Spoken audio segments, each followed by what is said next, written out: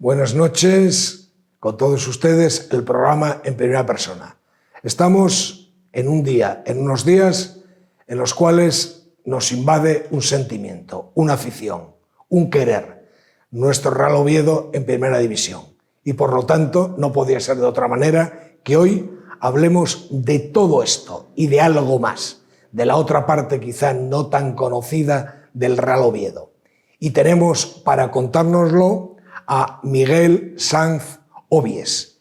Muy buenas noches, Miguel. Muchas gracias por estar aquí. Muy buenas noches. Es un placer estar aquí en este programa que sigo semanalmente, así que encantado.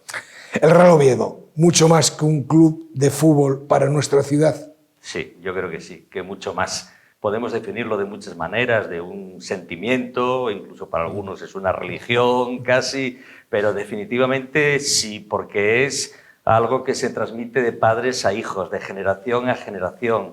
Y aunque no te guste el fútbol, es un símbolo de la ciudad y lleva muchos recuerdos, muchas emociones, va muy relacionado a seres queridos, es muchísimo más que un club, sí. ¿Qué ha supuesto la llegada del Grupo Pachuca?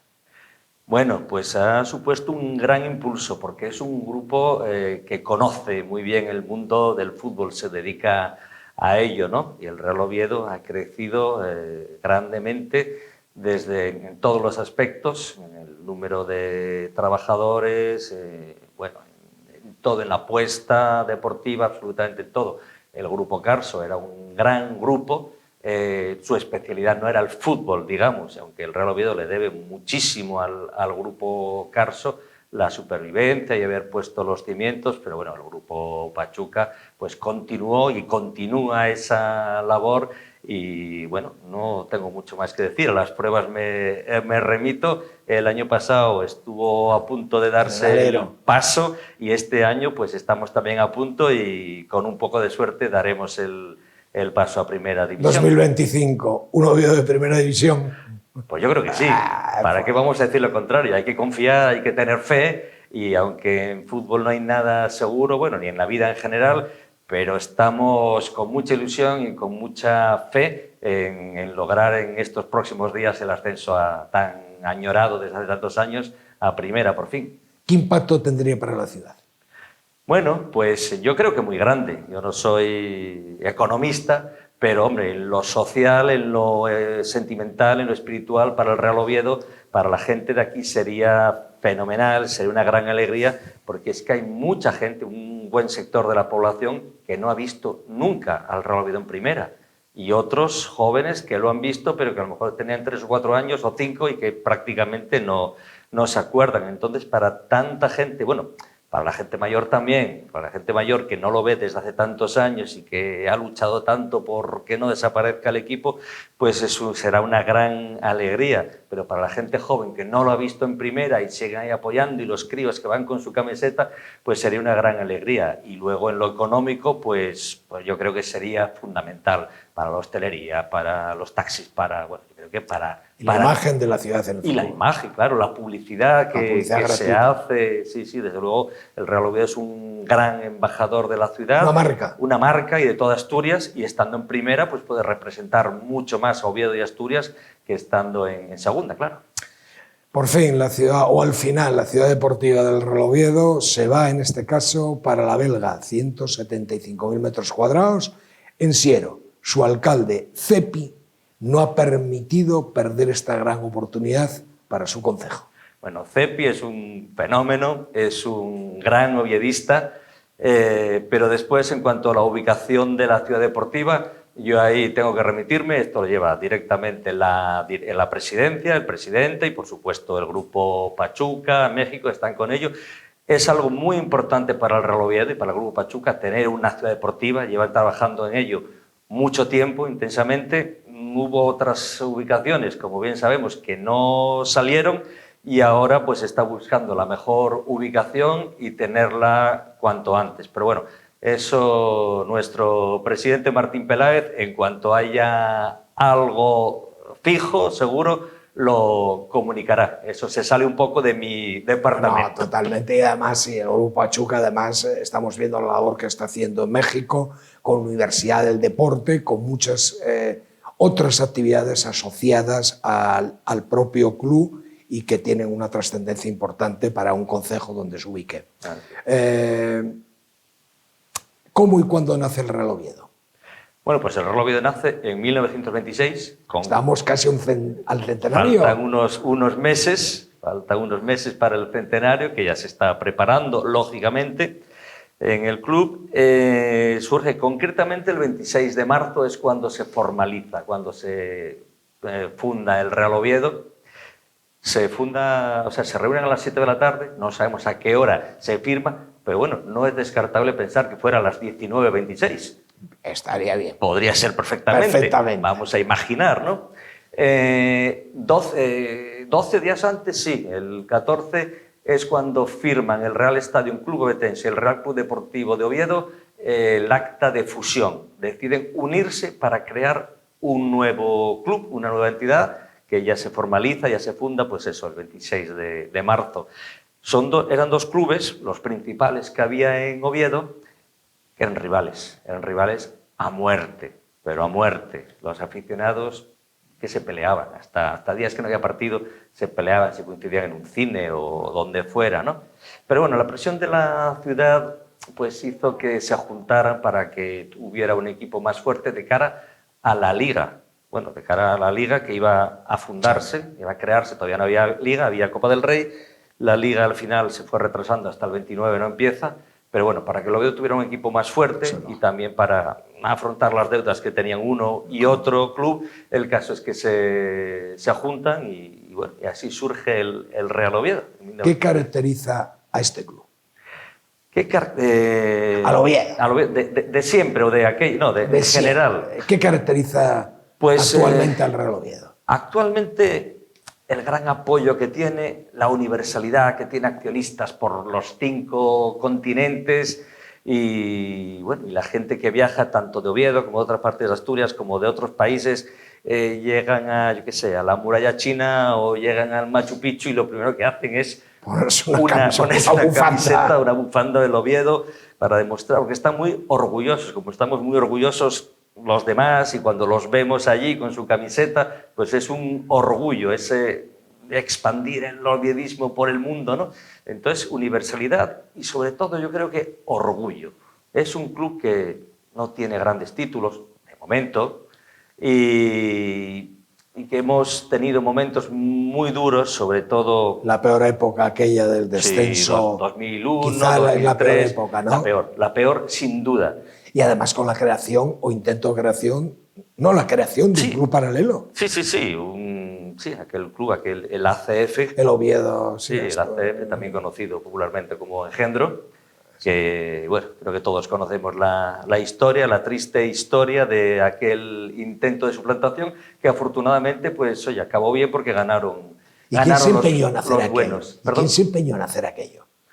Bueno, creo que es Vox Populi, ¿no? Creo que eso se potenció desde el ayuntamiento, el señor alcalde que estaba en aquellos momentos, pero bueno, hay que mirar hacia adelante. Hay que mirar hacia adelante, aquello pasó, no nos mató de puro milagro y lo que no mata hace más fuertes. ¿Y aquello, qué papel desempeñaron la afición y las peñas? Bueno, pues yo creo que todo, porque si no llega a ser por la reacción popular de la gente de Oviedo y de otras partes de Asturias y al final de todo el mundo, con el movimiento mundial, global que hubo, el Oviedo habría desaparecido. Eso está claro. Además, no solo fue gente del fútbol, fue gente de Oviedo y de otras partes de la provincia que no querían que desapareciera el Real Oviedo, aunque no les gustara el fútbol. No está claro. ¿Qué es la fundación del Real Oviedo? Bueno, la fundación del Real Oviedo, pues tiene 5 años ahora de existencia, es joven y trata de aportar, o sea, de que sea algo más que fútbol, de aportar a la sociedad, de ayudar a la sociedad, de volver parte o todo lo que pueda de lo mucho que la sociedad ayuda al Real Oviedo, ¿no? Hay muchos sectores de la sociedad que necesitan, por desgracia, ayuda por diferentes motivos. Entonces, desde la fundación, pues se trata de ayudar a esos sectores y es algo en lo que el Grupo Pachuca pues está muy, muy implicado, lo que tiene muy claro, que hace en México también, y entonces pues se trata de ayudar a la sociedad de muy diversas maneras, en todo lo que se puede. ¿Y el Museo del Real Oviedo, qué podemos ver en él y en dónde se ubica?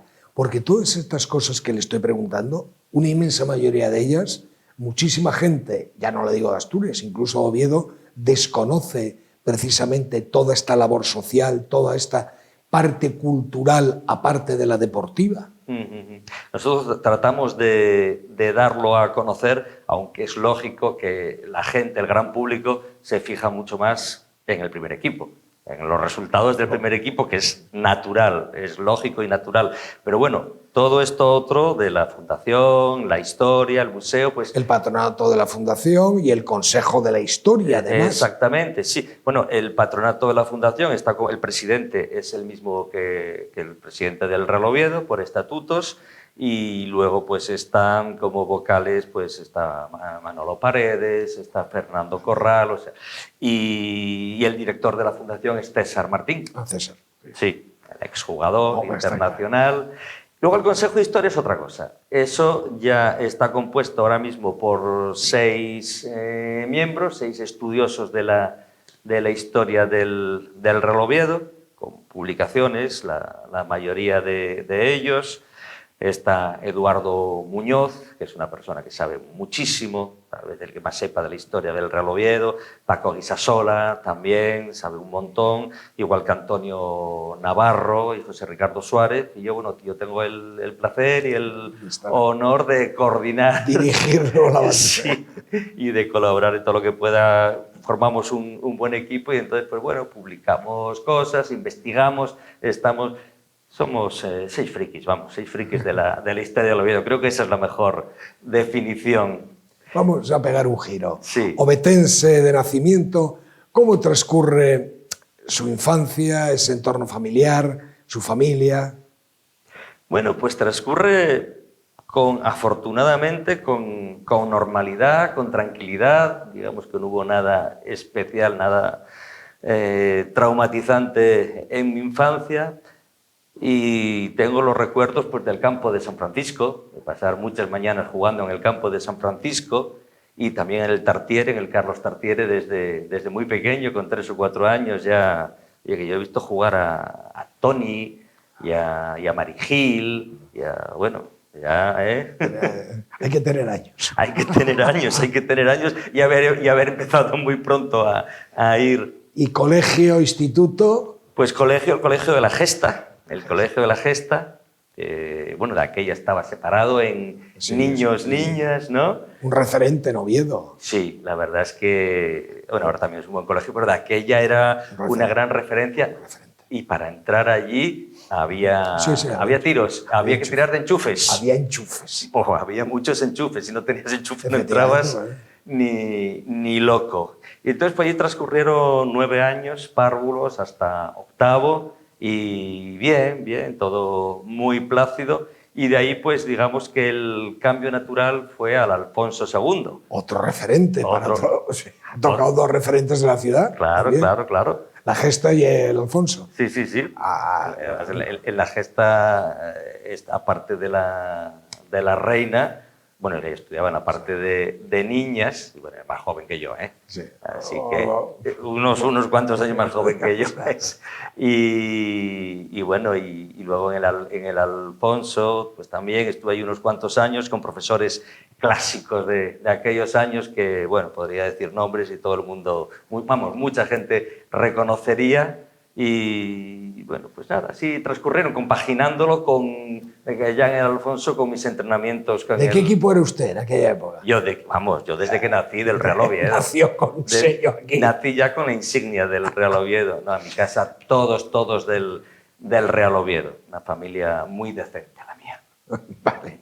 La juventud, esos años en los que uno sueña con todo aquello que puede conseguir, ¿cuáles eran sus sueños de juventud? Bueno, yo no tenía grandes sueños. Mi principal sueño desde niño era jugar en el Real Oviedo. Pero usted ha jugado al fútbol también, ¿no? Bueno, sí, incluso juego ahora con los amigos todavía. Yo jugué en el Real Oviedo y jugué en el Real Oviedo juvenil hasta los 18 años, ya cuando el fútbol me dejó. Ya cuando, sí, Pero sí. usted hubo compañeros que Sí. jugaron al primer equipo, ¿no? Muchos. Desde García Barrero, Paulino Canseco, Pepe Arias, Naves, Ondina, muchos, no, sí, llegaron casi todos al primer equipo. Llegó hasta Lutillero, Hasta el Tillero. que era Donato. Donato, Lutillero, el Chispa, también lo llamaban. Llegó al primer equipo, estuvo muchos años en el primer equipo. O sea, llegaron al primer equipo prácticamente todos menos yo. Bueno. Y llega a tiempo de universidad, filología. Sí, filología. La verdad es que yo estaba, bueno, como yo no sé ahora los jóvenes, pero por lo menos en aquella época andábamos muy perdidos todos los jóvenes. ¿Y qué vas a hacer? ¿Y qué vas a estudiar? Pues no sé. ¿Y tú? Pues no sé. Y ya estábamos prácticamente haciendo casi la selectividad, ¿no? Y entonces, bueno, siempre me gustó, siempre tuve una vocación por las letras, por el lenguaje, ¿no? Y bueno, pues filología. Entonces pues me metí a estudiar filología. ¿Sus primeros trabajos dónde fueron?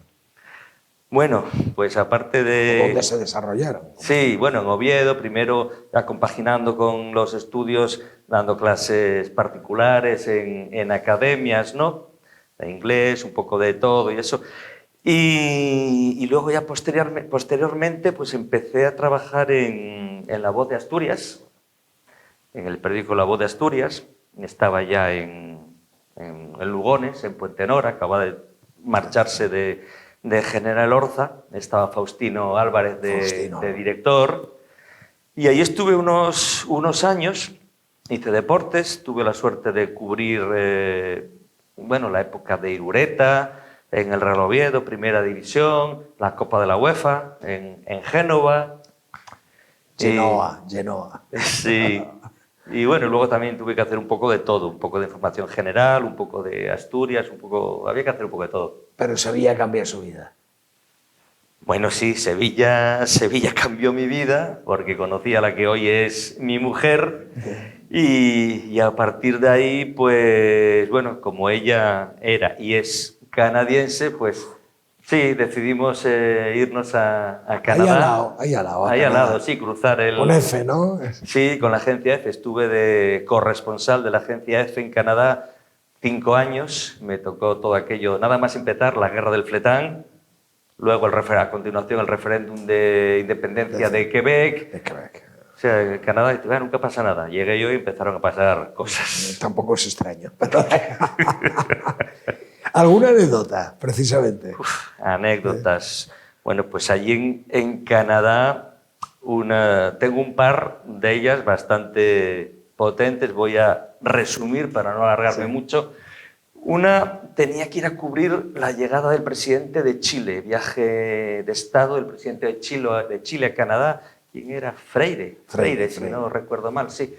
Era en invierno, a las 8 de la mañana. Yo estaba allí en Ottawa, en el hotel. Pues tenía que levantarme pues, a las 6 de la mañana así, para ir a la base militar donde aterrizaba, un frío tremendo, como es de imaginar, 30 bajo cero o lo que fuera, lo habitual allí, vamos. Y llego con el taxi, allí hay un momento en que ya no deja pasar el taxi, pero yo puedo pasar, me identifico, paso, me indican, voy caminando, yo ya una puerta, no sé qué, me dan unas instrucciones, el caso es que yo no las interpreté muy bien, desde luego, porque entro ahí en un barracón y veo por allí toda ropa tirada, que calcetines, ¿qué es esto? Esto no puede ser. Bueno, sigo, salgo.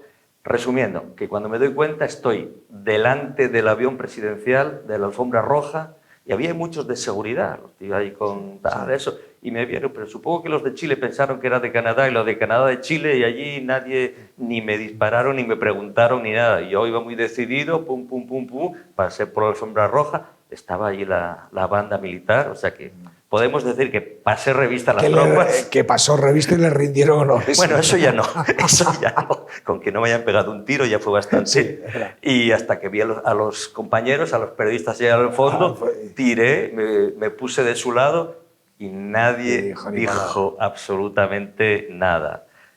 Y bueno, y luego tengo otra que quedé con el secretario general de la OTAN, en Ottawa también. Solana era. Javier Solana, era el español Javier Solana.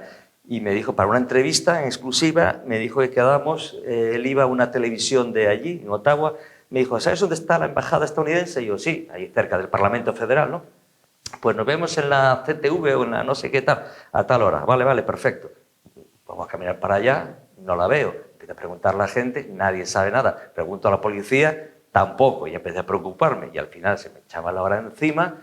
Llego para allá, por fin la encuentro, ya con justo, cojo el ascensor, subo, salgo precipitadamente, le digo allí a la secretaria, me identifico, digo que quedé allí con el secretario general de la OTAN, me manda que le repita, perdón, ¿cómo dice? Yo sí, he quedado aquí con el secretario general de la OTAN, se me asusta un poco y dice, ¿aquí? Y yo, sí, aquí. Y me dijo, bueno, al final no era la televisión, era una compañía de seguros. Va usted a otra casa. Era en la planta de arriba, la televisión. A la pobre mujer la asusté cuando le dije que iba a llegar ahí el secretario general de la OTAN. ¿Qué pasará? ¿Nos van a invadir o qué? Y luego de vuelta a España, Confederación Hidrográfica del Norte. Eso es, sí. Bueno, para la gente que no lo conozca, es un organismo autónomo del Ministerio de Medio Ambiente. Antes ocupaba, tenía el territorio, era toda la cornisa cantábrica, ¿no? Desde Galicia hasta Francia. La central, la capitalidad o la sede estaba en Oviedo, en la Plaza de España. Y ahí estuve como jefe de prensa cinco años. Y bueno. ¿Qué otras cosas hacía también? ¿Perdón? ¿Qué otras cosas? ¿Qué otras cosas hacía? Bueno, pues publicar algún libro que otro. ¿Libros tiene? Sí, algunos. Hay uno muy conocido. Sí, el de Ediciones Nobel, el de la guía, la verdad es que no recuerdo el título ahora. ¿Asturias a vista de pájaro? No, La mirada del viento. La mirada del viento, sí. Que son un montón de ellos. Son un montón. Es que lo de a vista de pájaro, algo se comentó, pero al final el título que quedó fue Asturias, la mirada del viento. Pero ya a mí me refería más al otro, al nuestro, el más vinculado. Bueno, el de Lángara. Además en inglés. Sí, Lángara, The Lord of the Gulls.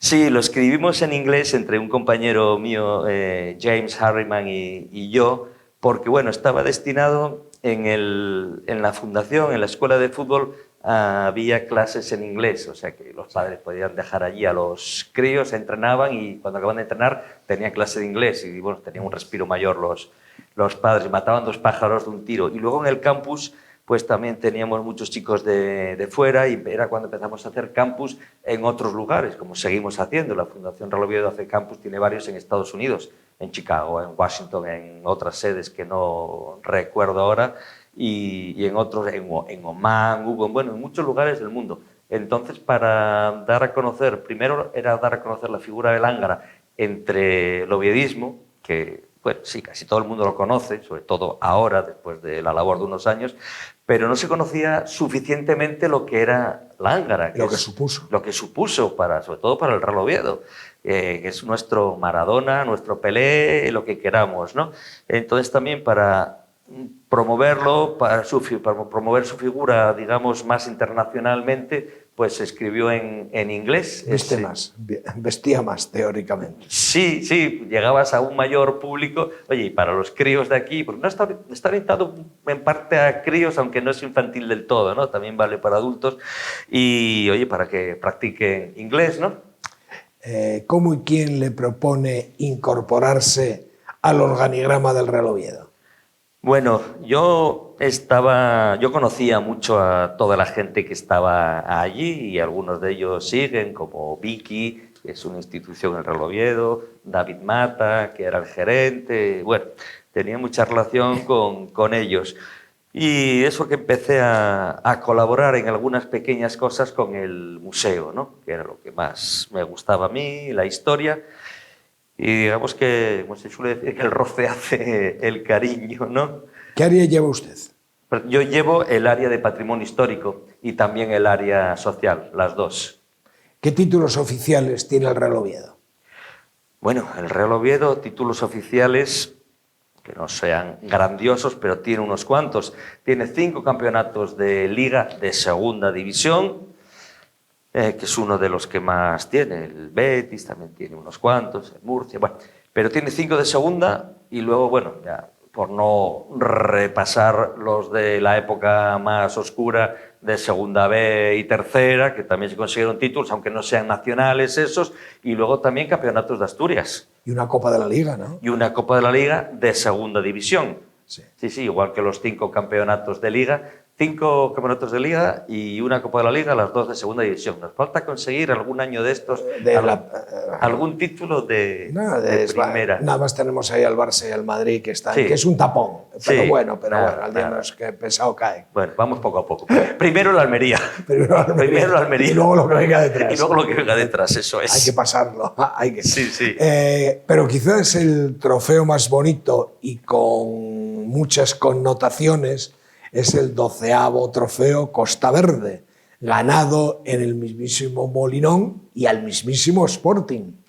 Bueno, sí, fue un buen triunfo porque además fue bastante sorpresivo. No se contaba con el Real Oviedo, que estaba en segunda de aquella, y eliminamos al MTK de Hungría, de Budapest, y luego en la final, sí, al Sporting. No era la primera vez que ganábamos ese trofeo. Lo habíamos ganado en 1964, 10 años antes, y bueno, además tiene la anécdota de que la copa, el trofeo en sí, es como la copa de la... Es la réplica... La réplica de la Copa de la Liga. No, la Copa de la Liga es la réplica... Sí, de este.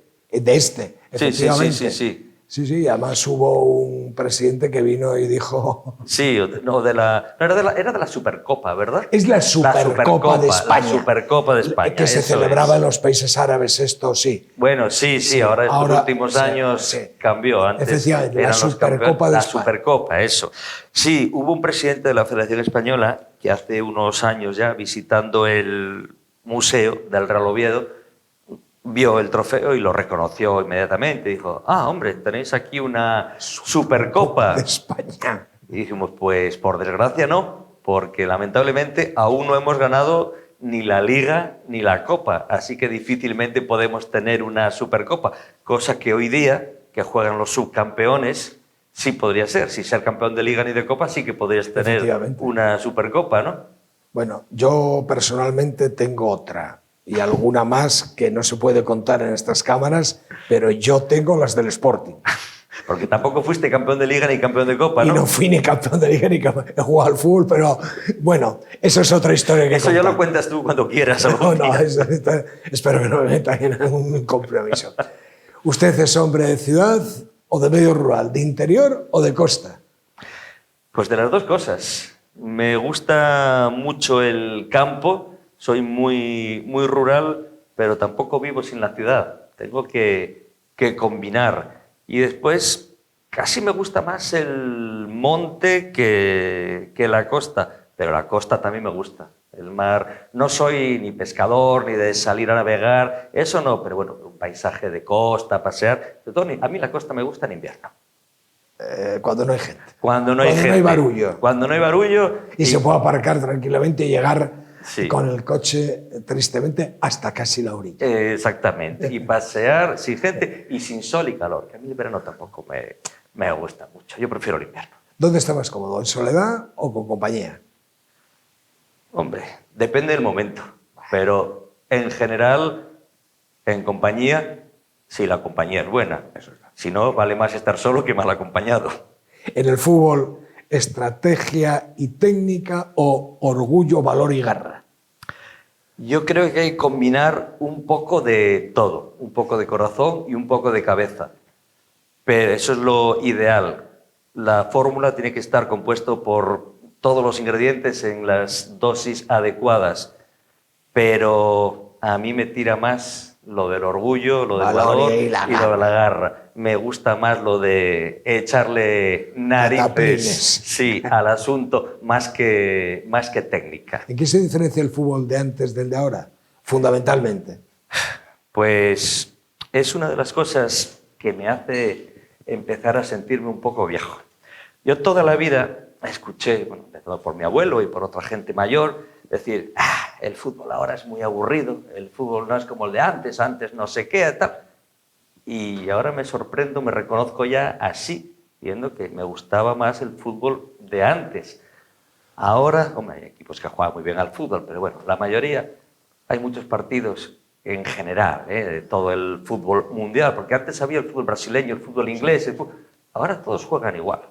más o La menos globalización. la globalización, que influye, pues afecta también a las orquestas de música. Antes tenía un estilo, ahora todas tocan igual. Y aquello de 3 defensas, 2 medios y 5 delanteros. Bueno, eso ya no me tocó. El 3-2-5. Sí, eso. Bueno, y anteriormente el 2-3-5. El 2-3-5. Claro, en sí. los años 30, eso era todavía 2 delanteros, 3 medios y 5 delanteros. Pero bueno, eso no lo vi, eso no me tocó verlo. Pero ahora hay muchos partidos de cualquier equipo que parece balonmano con los pies. Circular, circular, circular, circular. Eso, bueno, vale, bien. Que nos estamos haciendo viejos. El fútbol inglés de hace unos cuantos años, vertical. Aquella verticalidad al área, aquello, Sí. no tirarse al suelo hasta que no tienes la pierna rota. Era terrible. Pero bueno, luego llegó el tiquitaca y una cosa y otra. Y ahora el VAR. Y el VAR. El VAR yo creo que es siempre defendió el VAR, es una gran herramienta. Es más justo el fútbol ahora, ¿no? No lo sé. Supongo que sí, quiero creer que sí. Pero el VAR, como todas las grandes herramientas, hay que utilizarlas bien. Si lo utilizamos bien es una maravilla. Aparte de que hay que mejorar técnicamente, porque es una cosa de antes de ayer, como quien dice, y tiene que mejorar mucho todavía. Entonces, bien utilizado me parece maravilloso. Como un coche. Si utilizas un coche para desplazarte, no sé qué, y si utilizas el coche para hacer el macarra, ir chocando contra los demás, pues el problema no es de la herramienta, ¿no? Sino del que lo utiliza. Claro, hay que utilizarlo bien y habrá que mejorar en el uso del VAR, en protocolos, no sé, en todo. Es muy nuevo todavía. Yo confío en el VAR, yo lo defiendo y creo que es una gran herramienta. Cuénteme la historia del Real Oviedo sintetizada. Bueno, pues comentamos antes que nacía en 1926 de la fusión de estos dos equipos, del Stadium y el Deportivo, y nació con una gran ilusión de toda la ciudad. Un nuevo equipo, había muchas esperanzas en ese equipo, se volcó toda la ciudad y la verdad es que pronto empezó a ganar campeonatos de Asturias, empezó a arrasar en Asturias y a los 6 años ya se consiguió el ascenso a Primera División. No, a los 6, a los 7, mejor dicho, en 1933. Algo que no había conseguido nunca ningún equipo asturiano. Y bueno, pasaron 11 años hasta que otro lo consiguiera, ¿no? Hasta el 44. Entonces fue un gran éxito para el fútbol asturiano, el ascenso en 1933. Y ahí viene la época más dorada del Real Oviedo. Porque ya la primera temporada, Lángara, que no había jugado nunca en primera, se proclama máximo goleador de Primera División, delante de los delanteros del Real Madrid, del Barcelona, del Athletic Bilbao, etc.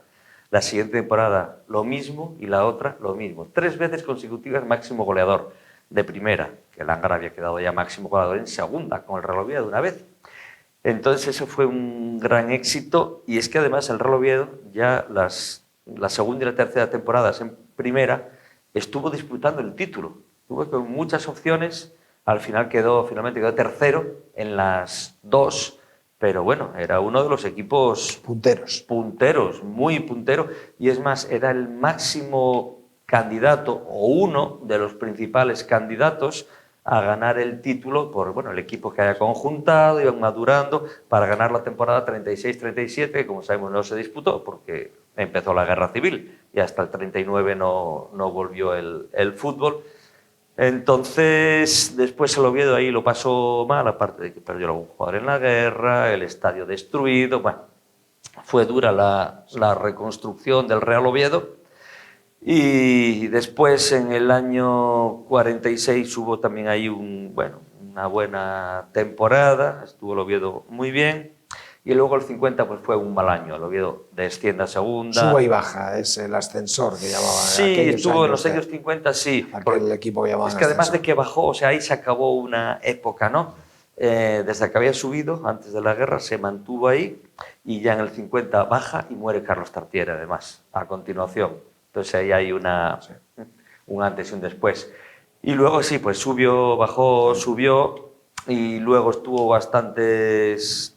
Bueno, en los 70 volvió a pasar otra vez lo mismo, hubo ascensos, pero también descensos, equipo ascensor, y luego hasta el 88 La época, otra época. Otra época muy dorada, buena. Otra época, la dorada, segunda época dorada. La segunda época tan dorada. No tan dorada como la primera, pasa que está más reciente. Y Pero la gente... internacionalmente tenía un pedazo de jugadores también. Sí, sí, los sí, que estamos más próximos ahora, sí, es que había gente internacional. Claro, gente... nos afectaba el virus FIFA. Cada vez que había fechas de selecciones, se iba, pues eso, uno con Panamá, otro con Portugal, Rusia, otro con Rusia, otro con no sé qué, otros con España. Sí, sí, sí. Entonces, sí, había grandísimos jugadores, había muchos internacionales en el Real Oviedo. Se jugó la Copa de la UEFA en el 91, un gran hito. La verdad es que el Real Oviedo solo jugó esa vez competición europea, pero porque, digamos que por el mismo motivo por el que Cervantes nunca ganó ni el Premio Nobel de Literatura, ni el Príncipe de Asturias, porque no, cuando el Real Oviedo quedó en esas posiciones que ahora dan lugar a la Liga de Campeones, no había. Y después, cuando sí había, la jugaba el campeón, ni segundo, ni tercero, ni cuarto. Y con la Copa de la UEFA, que pues también cuando se clasificó, la primera alguna vez que se clasificó el Real Oviedo para la Copa de la UEFA, que no se llamaba Copa de la UEFA, se llamaba Copa de Ferias, no pudo jugar porque en Oviedo no había feria de muestras y solo podían jugar los equipos de ciudades que tenían feria de muestras. Entonces corrió el turno, pues no me acuerdo si fue al Zaragoza, Valentín Bilbao o a no sé quién. El caso es que hubo, por clasificación, teníamos que haber jugado competición europea muchas veces, pero hasta el 91, pues nada. Pues mire, esto nunca lo había oído, lo de la Copa de Ferias. Sí, la Copa de Ferias, que la ganó, sí, de España hay muy poca. El Valencia, yo creo que... El Madrid no sé si la ganó. El Valencia yo creo que ganó la Copa de Ferias. Bueno, da igual. Sí. Y luego llegó la tragedia, y luego llegó el que ya hemos hablado de ella, y luego llega, el grupo Carso, ¿no? Sí. Bueno, en 2012 pues hubo aquel movimiento viral, pues bueno, en el que se le debe mucho a mucha gente. Uno de ellos es Sid Lowe, que organizó todo aquello. Y pues gracias a eso, pues bueno, se implicó mucho a la gente de aquí de Oviedo, de toda la provincia, de otros lugares de España y al final de todo el mundo.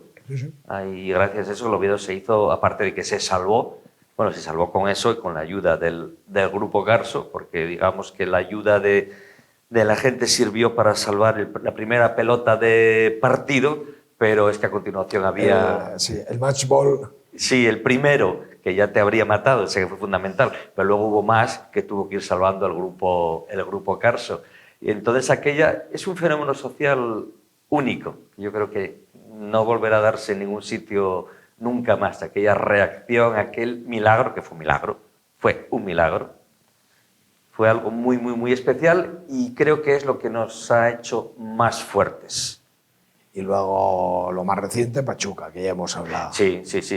Pachuca, que lleva poco tiempo, lleva un periodo corto pero intenso, de total implicación, de potenciación de todas las áreas, del área comercial, del área de comunicación, deportiva, médica, todo. Un presidente y un grupo digno de admiración, sí señor. Sí, por supuesto, hay un presidente que sabes que se trasladó aquí, el grupo Pachuca, mandó aquí a Martín Peláez, está aquí al pie del cañón y bueno, es una persona que se ha integrado muy bien en la sociedad obetense. Bueno, él tiene genes asturianos, él tiene abuelos de aquí, o sea que no es mandar a alguien a Tahití. Otra persona querida también. Él ya sabía lo que era Asturias y Oviedo, ¿no? O sea que creo que también eso es una ventaja para... Se ha hecho él, sin lugar a duda.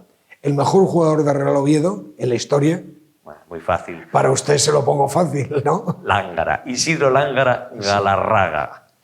¿Y el mejor entrenador? Eso ya es más difícil. Yo creo que mirando números tendríamos Javier Irureta, Vicente Miera y Manolo Meana. Creo que serían esos tres. En cuanto a números, sí, a lo mejor otros tuvieron mala suerte o no tuvieron la oportunidad de mostrarlo, pero bueno, si vamos a los números y somos objetivos, creo que esos tres serían. ¿Y un gol para el recuerdo? Tantos he visto.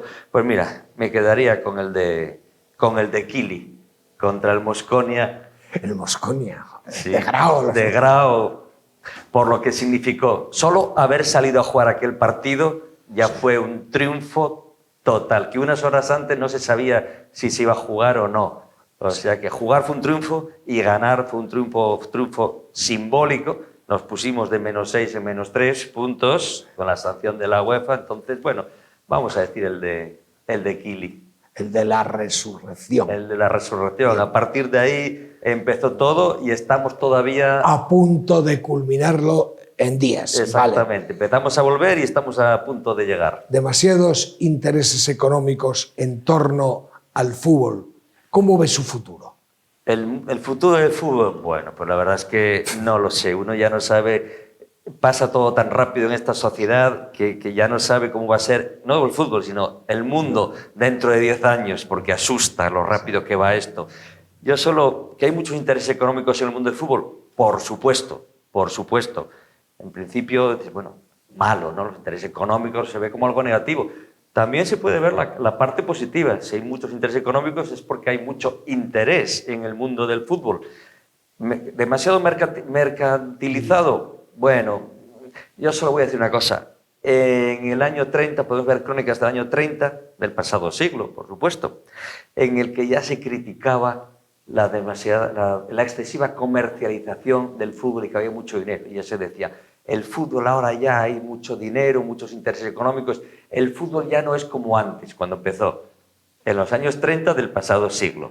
Yo no me acuerdo ahora mismo quién, pero el Oviedo de aquella época había comprado al segundo jugador más caro de la historia de España. No, Herrerita. Herrerita. Al Sporting. Al Sporting, efectivamente. Sí. El segundo jugador más caro de la historia de España en aquella época. Aquello fue algo muy... Sí, señor, Herrerita. Sí. Hasta el 26 no se aprueba la profesionalización de los futbolistas. Tenían que jugar por amor al arte. Es verdad que antes del 26 ya alguno cobraba bajo manga, ¿no? Sí. Alguno. Ya empezó ahí la profesionalización encubierta y en el 26, cuando se funda el Real Oviedo, fue por el verano, creo recordar, ya se aprueba que los jugadores cobren. Y bueno, como digo, en los años 30, pues en algún periódico ya se comentaba, yo tengo ahí el recorte, de que se criticaba el exceso de mercantilización del fútbol. Si vieran esto de ahora... Bueno. O sea que bueno, ahora nos asustamos y criticamos, pero dentro de 50 años pues estará todavía pues, con muchos más intereses económicos, me imagino, ¿no? ¿Libros, cine, televisión o espectáculos en directo? ¿Qué prefiere? La verdad es que yo cine vi bastante. Ahora voy muy poco al cine, televisión no veo nada, pero nada. Algún partido de fútbol y pocos, y muy pocos. Y espectáculos, pues conciertos, pero bueno, música clásica y ópera. No voy a ver a Bunbury o como se llama, o ahora el Bad Bunny, no, a mí no me lleves a... Un lugar. Un lugar, Oviedo. Y en Oviedo, pues, el campo de San Francisco. Si no fuera el campo de San Francisco, sería el Tartiere, pero bueno, vamos al campo de San Francisco. El campo, y además cuando los pequeñinos a ver a Petra y a Por Perico. Supuesto. A Petra y Perico era donde sí. Aquellos barquilleros, el barquillero con la... Date la vuelta, Petra. Sí. Yo Perico no lo recuerdo, pero a Petra sí, perfectamente. Un libro. Tantos, pero La Celestina, La Regenta, vamos a quedarnos con La Regenta. ¿Quién ha dejado huella en su vida? Bueno, pues mucha gente. Yo creo que pues desde mis padres hasta los profesores que tuve, sobre todo los buenos, en la Gesta, en el Alfonso II, yo creo que todo el mundo, la gente con la que convivo ahora, con la que tengo contacto ahora, creo que todos, unos más, unos menos, pero creo que todos dejan huella. ¿De qué no prescindiría? ¿De qué no prescindiría? No sé, de la familia, por ejemplo. ¿Cuál es la mejor lección que alguien le ha dado? La mejor lección... ¿O el consejo? El consejo, sí. Bueno, pues que hay que ser bueno en la vida. Por encima de todo, más que ser importante o ser poderoso o tener dinero o tener influencia, ser buena persona dentro de unos límites, por lo menos, sin caer en la, en la estulticia, pero bueno, intentar todo lo buena persona que se pueda ser. Bueno, vamos a ver si en ese G7 que tenemos sale algún consejo bueno. Hombre, yo creo que sí, hay ahí cabezas muy válidas. Hay cabezas y hay condimento para acompañarlo. Hay condimento. ¿Sus próximos objetivos? Mis próximos objetivos, pues yo como los entrenadores de fútbol, sobre todo ya cuando llegas a una edad, pues es el mañana y pasado mañana que el Real Oviedo saque adelante la eliminatoria con el Almería, subir a primera. Y en lo personal, pues más o menos, pues Virgencita, déjame como estoy. No tengo grandes ambiciones, seguir bien y bueno. ¿Y qué le gustaría hacer que no haya hecho? Pues yo creo que pues no hay nada, no se me ocurre nada. Que debe de ser que he hecho todo lo que me ha apetecido, igual que ya cuando era joven. Complacido de la vida. Sí, igual que no se me apetecía disfrazarme, nunca me llamó eso de disfrazarme de nada. Pues no sé, porque se ve que no tengo... Somos dos, ¿eh? Somos yo tampoco, dos, ¿no? ¿eh? Sí. Yo esta obsesión de disfrazarse, además de incluso del sexo opuesto, incluso. Sí. No, y hacer cosas en la vida, pues no. Tener una vejez placentera y disfrutar de la familia y de los amigos, incluidos el Ópera G7, y poco más. No pido grandes cosas. Pues, Miguel, ha sido un placer tenerle aquí. Muchas gracias. Yo pasé un rato la mar de entretenido. Espero que los espectadores lo pasen exactamente igual. Y además, el relevo que tenemos detrás ahora está aquí esperando Paunovic. Bueno, o sea que tenemos que dejarle paso porque es lo primero de lo primero. Por supuesto. Al míster rápidamente le dejamos paso. Espero que la gente haya pasado un buen rato. Yo también he estado encantado. Así que nada, muchas gracias por la invitación. Y a todos ustedes, emplazarles un viernes más en este programa en primera persona. Muy buenas noches.